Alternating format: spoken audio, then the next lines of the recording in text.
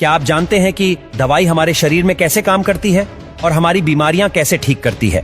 दोस्तों, जब हम कोई मेडिसिन लेते हैं, चाहे वो ओरल तरीके से ली जाए यानी कि मुंह के रास्ते या फिर इंजेक्शन के जरिए से, तो ये मेडिसिन हमारी बॉडी में एक खास तरीके से एब्सॉर्ब होती है।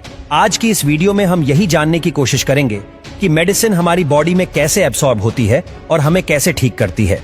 मेडिकेशन एब्जॉर्प्शन असल में ड्रग लेने के बाद से ब्लड में शामिल होने तक के सफर को कहा जाता है।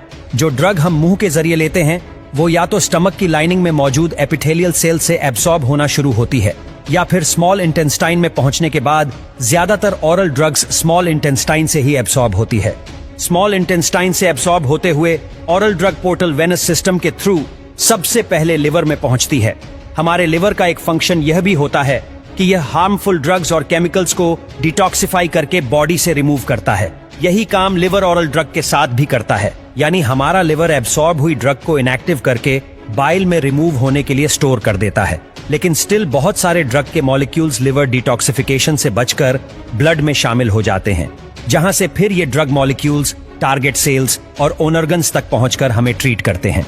ओरल ड्रग लेने का एक इश्यू ये भी होता है कि यह ड्रग ब्लड तक एकदम से नहीं पहुंचती, बल्कि ब्लड में शामिल होने के लिए कम से कम आधा घंटा ले लेती है। अगर ड्रग को इंजेक्शन के जरिए डायरेक्टली वेंस में इंसाइड कर दिया जाए तो इस तरह ड्रग गैस्ट्रोइंटेस्टाइनल ट्रैक में जाने के बजाय डायरेक्टली ब्लड में शामिल हो जाती है, जिससे ये ड्रग जाया भी नहीं होती और असर भी जल्दी करती है। इसके अलावा बांस ड्रग्स इंजेक्शंस के जरिए मसल्स में इंजेक्ट की जाती है। इस किस्म के इंजेक्शन को इंट्रामस्कुलर या सबक्यूटेनियस इंजेक्शन कहा जाता है।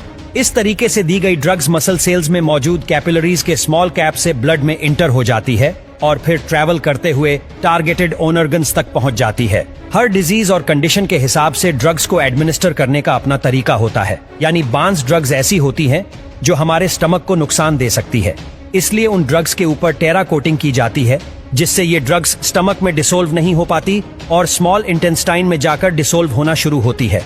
इसके अलावा बांस ड्रग्स ऐसी होती हैं जिनकी हमारी बॉडी को ज्यादा टाइम के लिए जरूरत होती है।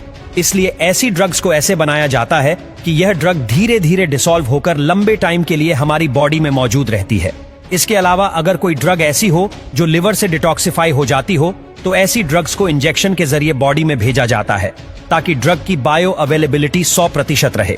बायो अवेलेबिलिटी हमारे ब्लड में ड्रग के एब्सॉर्ब होने की सलाहियत को कहा जाता है। ओरल ड्रग्स की बायो अवेलेबिलिटी कम होती है क्योंकि यह ड्रग्स लिवर में थोड़ी बहुत जाया हो जाती है।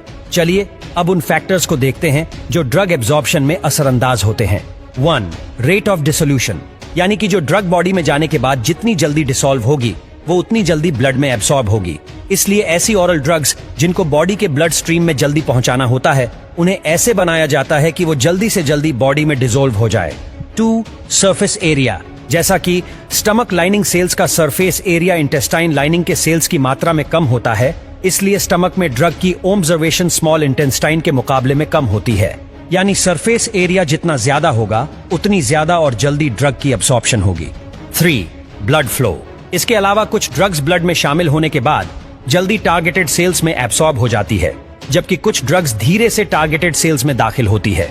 इसलिए ऐसी ड्रग्स जो ब्लड से ज्यादा जल्दी सेल्स में जाती है, ऐसी ड्रग्स ज्यादा जल्दी एब्सॉर्ब होने की संभावना रखती है।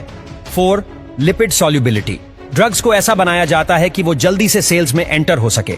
ड्रग्स को इस काबिल बनाने के लिए लिपिड सॉल्युबल बनाया जाता है ताकि ड्रग सेल मेम्ब्रेन से आसानी से गुजर जाए।